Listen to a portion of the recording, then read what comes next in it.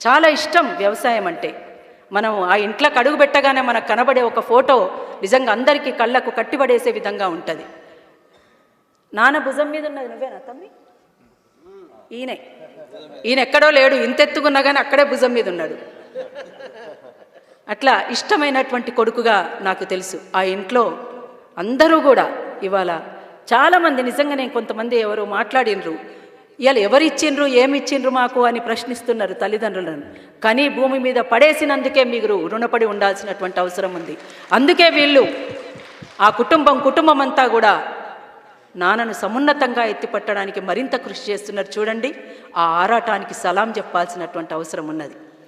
తప్పిస్తుంటాడు నాన్న గురించి. ఈ పుస్తకం రావడానికి ఇంకో పుస్తకం కూడా రావాల్సింది ఉండే. ఈ పుస్తకం రావడానికి ఎంత కష్టపడ్డాడు మేము చూసాం. 4 రోజుల క్రితమో 5 రోజుల క్రితమో వచ్చి రాత్రి 10:30 11 గంటలకు అరుణోదయ ఆఫీస్కి వచ్చిండు తమ్ముడు. వచ్చి ఇట్లా పాట రాయాలి బాబా, ఆ పాట రికార్డ్ చేయాలి మనం అని చెప్పేసి తిరుమల సార్ చెప్పిండు. ఖచ్చితంగా మీరు రాయాలి, రికార్డు కావాలి, అది రిలీజ్ కావాలి.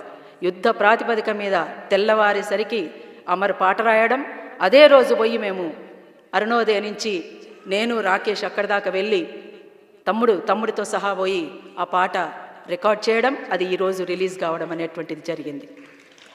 అంటే ఒక పని మీద పడితే దానికి సహకరించినటువంటి తిరుమల సార్ కానీ, అట్లనే ఒమ్మి రమేష్ అన్న, వీళ్ళంతా పని రాక్షసులు ఒక్క మాటలో చెప్పాలంటే. అట్లనే ఇవాళ చందన ఇక్కడికి రావాల్సింది ఉండే కానీ కొంచెం అనారోగ్యంతో రాలేదేమో. చందన ఆ ఇంటికి సరైనటువంటి కోడన్లు ఉన్నారు, సరైనటువంటి కొడుకులు ఉన్నారు.